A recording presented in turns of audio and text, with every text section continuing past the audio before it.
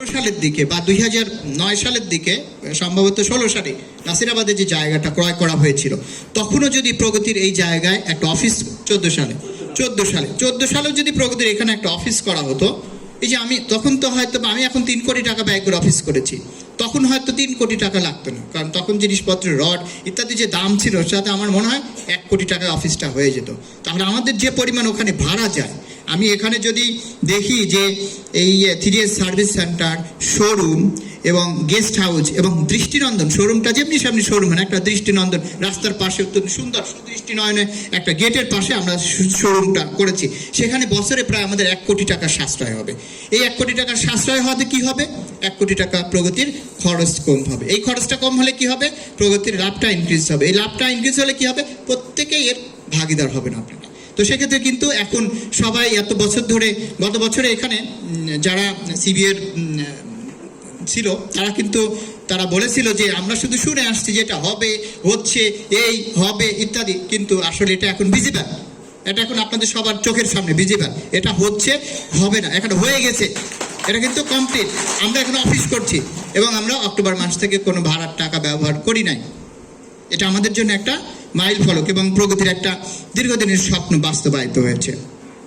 আমি এক্ষেত্রে প্রগতির বিশেষ করে চেয়ারম্যান মহোদয়, প্রগতির board, engineer Kamal Hossain, engineer Rajib Barua এবং এর সাথে যারা সংশ্লিষ্ট ছিল, রাত নাই দিন নাই, সবাই রাতের বেলায় যায় না। আমি, কামাল, রাজীব বড়ুয়া রাত 1টা, 12টা, 10টা, সকালে, দুপুরে আমি এটার জন্য কষ্ট করেছি, পরিশ্রম করেছি। হ্যাঁ, এটা কমপ্লিট হয়েছে। এখন সবার কাছেই ভালো লাগে, আমার কাছেও ভালো লাগে যে এত সুন্দর একটা অফিস, প্রগতির নিজস্ব অফিস হয়েছে।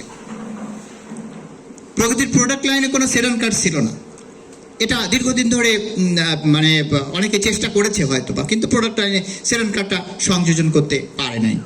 আমরা মিৎসুবিশিকে প্রথমে, যেহেতু মিৎসুবিশি আমাদের মাদার ছিল, আমরা মিৎসুবিশিকে প্রথমে চিঠি লিখেছিলাম, মেইল করেছিলাম, তাদের সাথে আমরা ডিসকাস করেছি।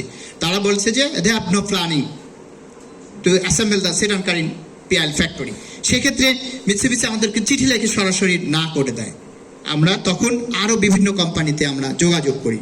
দক্ষিণ কোরিয়ার এই কিয়ার সাথে আমাদের তখন সম্পর্ক স্থাপিত হয় এবং তাদের এক্সপোর্টিং এজেন্ট STX কর্পোরেশনের সাথে। দেখেন, আমরা এখন প্রোডাক্ট লাইনে আমরা কিয়া সেরাটো সেডান কারটা সংযোজন করতে পেরেছি। ইতিমধ্যে আমাদের 6টি গাড়ি সংযোজন হয়েছে এবং আমাদের কাছে ইতিমধ্যে 25টার মতো আমাদের কাছে আপনার রিকোয়ারমেন্ট এসেছে বিভিন্ন প্রতিষ্ঠান ইতিমধ্যে। তার মানে আমরা এই সেডান কারটাও সফলভাবে আশা করি বাজারজাত করতে পারবো। গাড়িটা চমৎকার। কে বলেছে? আমাদের উপদেষ্টা মহোদয় নিজে চালিয়ে দেখে বলেছে গাড়িটা চমৎকার, আসলেই গাড়িটা চমৎকার। এবং আমরা যদি এটার বাজারজাত করতে পারি, সেডান কারের একটা সাইড আমরা সম্পূর্ণটাই ধরে নিতে পারবো বলে আমি বিশ্বাস করি এবং আপনারা সেটা প্রত্যক্ষ করেছেন যে গাড়িটা আসলেই চমৎকার। দীর্ঘদিন কারখানার কোনো সংস্কার কাজ আসলে হয়নি, কারণ কারখানাতে বৃষ্টি হলে পানি পড়ে, কারখানা মাথার উপরে চলটা ঝুলে পড়ে। প্রগতি কোটি কোটি টাকা লাভ করেছে, নট কোটি কোটি, শত কোটি টাকা প্রগতি লাভ করেছে। তাহলে প্রগতি শত কোটি টাকা লাভ করেছে, কিন্তু প্রগতির কারখানায় যারা কাজ করে শ্রমিকদের সেফটি সিকিউরিটির বিষয়টা তারা কেন দেখে নাই? দেখার দরকার ছিল, হয়তো বা তারা বিভিন্ন কারণে দেখতে পারে নাই, ওই সময়ে সেটা হয়তো তারা করতে পারে নাই। বাট এখন আমরা একটা কর্মসূচি হাতে নিয়েছি। ইতিমধ্যে চুয়েটের সাথে আমাদের চুক্তি সম্পাদিত হয়েছে, চুয়েট এই সংস্কারের কাজটা করবে। চুয়েট সেভারাল টাইমস কারখানায় গিয়েছে, আপনারা সবাই দেখেছেন। এখানে কারখানার বিশেষ করে চেয়ারম্যান মহোদয়, আমাদের মন্ত্রণালয়ের সেক্রেটারি এবং আমাদের যারা বোর্ড অফ ডিরেক্টর ছিল, তারা এসে দেখে বলেছেন ন, প্রগতির মতো একটা প্রতিষ্ঠানের কারখানার উপরের দিকে তাকালে পরে চলটা ওঠে, যে কোনো সময় মাথায় পড়ে এটা ভেঙে যেতে পারে। হ্যাঁ, গাড়িগুলোও আমাদের নষ্ট হচ্ছে মাঝে মধ্যে। তো সেক্ষেত্রেও আমরা এটার জন্য কারখানার শ্রমিকদের নিরাপত্তার বিষয়টিকে অগ্রাধিকার বিবেচনায় দিয়ে কারখানা সংস্কার কার্যক্রম চলেছে। আরেকটা বিষয় দেখেন, প্রগতি স্থাপিত হয়েছে 1967, এখন 66 সালে যদি শুরু হয়, ধরেন তখন থেকে শুরু করে আজ পর্যন্ত প্রগতির ফ্যাক্টরিটা যে প্রগতির নিজের নামে নাই, প্রগতির জমিটা প্রগতির নিজের নামে নাই, তাহলে এতদিন কেউ কেন কাজ করে নাই এটা নিয়ে? আপনারা তো এই বিষয়টা কেউ কখনো খেয়াল করে নাই। আমি যেটা কারখানায় করি, অ্যাসেম্বল করি, কারখানা আমার না, কারখানা অন্যের নামে নাম জারি করা, সেটা আমরা অনেক চেষ্টা করে আলহামদুলিল্লাহ আমরা গত 26/11/2024 তারিখে প্রগতির 24.75 একর জায়গা আমাদের নিজেদের নামে নাম জারি করতে সক্ষম হয়েছি এবং আমরা চিঠি পেয়েছি। কারখানা নিয়ে আমাদের আরেকটা যেটা বোর্ড অফ ডিরেক্টরস ডিসিশন দিয়েছে, 2070-75 সালকে টার্গেট ধরে নতুন আঙ্গিকে আধুনিকভাবে এই কারখানাটা করার জন্য, যেখানে আমাদের বিভিন্ন ধরনের পরিকল্পনা রয়েছে। আপনারা জানেন যে ইতিপূর্বে এখানে একটা ফিজিবিলিটি স্টাডি সম্পন্ন করা হয়েছিল এআইসি সাউথ আফ্রিকান একটা কোম্পানিতে। সেই কোম্পানিটা ফিজিবিলিটি স্টাডি সম্পন্ন করলে আসলে ওটা একটা সুন্দর ছিল, কিন্তু প্ল্যান হইতে যাওয়ার না কারণে আমরা এইটা আমরা গ্রহণ করতে পারিনি। যদিও এখন এটা বাস্তব দাবি যে আমাদের এই কারখানাটা আধুনিক করে এক দেশের শীর্ষস্থানীয় অটোমোবাইল কারখানা হিসাবে প্রতিষ্ঠিত করার জন্য আমরা কাজ করে যাচ্ছি। ইতিমধ্যে এই যে এখানে একটা কথা আমি বলে রাখি যে কমিটির কথা বলা হয়েছে।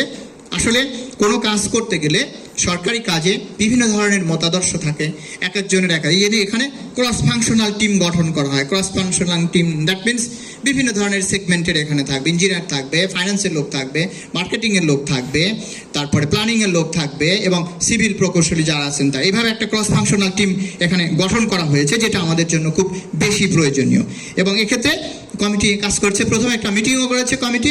আশা করি নেক্সট মিটিংয়ের পরেই আমরা প্রপোজালটা মন্ত্রণালয়ে পাঠিয়ে দিতে পারবো। এখানে আমাদের আশা করি যে আমরা ৩,০০০ কোটি টাকার একটা প্রকল্প, আমরা আমাদের টাকা দিয়ে কাজ করবো না, টাকা দিয়ে কাজ করব, সরকারের কাছ থেকে টাকা নিয়ে কাজ করব ইনশাল্লাহ। এবং এক্ষেত্রে প্রগতি দেশের একটা শীর্ষস্থানীয়, নট অনলি শীর্ষস্থানীয়, নাম্বার 1 অটোমোবাইল কারখানা হিসাবে প্রতিষ্ঠিত হবে বলে আমি আশা করি। আপনারা দেখেন যে এখানে একটা কথা আমি বুঝতে পারি নাই, সরি, আমার এটা হয়তো বোঝারও। কারখানার সিভিল ইঞ্জিনিয়ার দেবাশিস সাহেব যে কথা বলেছেন, দেবাশিস সাহেব কী কথা বলেছেন সেটা আমি বুঝলাম, কিন্তু সিভিল ইঞ্জিনিয়ার যে কি কথা বলেছেন সেইটা নাসির সাহেব কি বলছে এইটা আসলে আমি বুঝতে পারি নাই, এটা আমি দুঃখিত। আপনারা দেখেন যে এই কারখানার প্রায় 10, 11 অথবা 12 বছরের অধিক সময় ধরে শ্রমিকদের প্রমোশন হয়নি। কেন হয়নি, কিসের জন্য হয়নি? হয়তো বিভিন্ন কারণে প্রমোশনগুলো হয়নি। কিন্তু আমি একটা কমিটমেন্ট করেছিলাম, তৎকালীন যারা সিবিএতে ছিল এবং বর্তমানে যারা সিবিএতে আছে প্রত্যেকেই কিন্তু এটার জন্য অনেকভাবে বলেছে, প্রেশারাইজ করেছে, সেট আপ চেঞ্জ করার জন্য বলেছে, অনেকভাবে চেষ্টা করি, কিন্তু আজ কিন্তু এটা স্বপ্ন না, এটা বাস্তবে। প্রায় আমি 100 জনের অধিক শ্রমিকদেরকে আমি কিন্তু প্রমোশনের ব্যবস্থা করেছি। কি এটা আপনাদের জন্য একটা বড় কাজ হয়েছে না? আমার কাছে মনে হয়েছে যে আমি একটা অসাধারণ কাজ করেছি, কারণ অনেক বছর ধরে যখন আপনারা প্রমোশন পান, এই প্রমোশনটা কিন্তু আমি দিতে সক্ষম হয়েছি। এবং একই সাথে কিন্তু এই 10, 11, 12 বা তার অধিক সময় ধরে দেখেন যে কর্মচারীদের উচ্চতর গ্রেডটা প্রদান করা হয়নি। কেন হয়নি, কিসের জন্য হয়নি, আমি সেই প্রশ্নে যাচ্ছি না, বাট আমি এটা করে আপনাদের জন্য এটা করে দিয়েছি এবং সবাই এটা সুফল ভোগ করছে। আমি মনে করি যে হ্যাঁ, আমি এটা একটা অসাধারণ কাজ করেছি।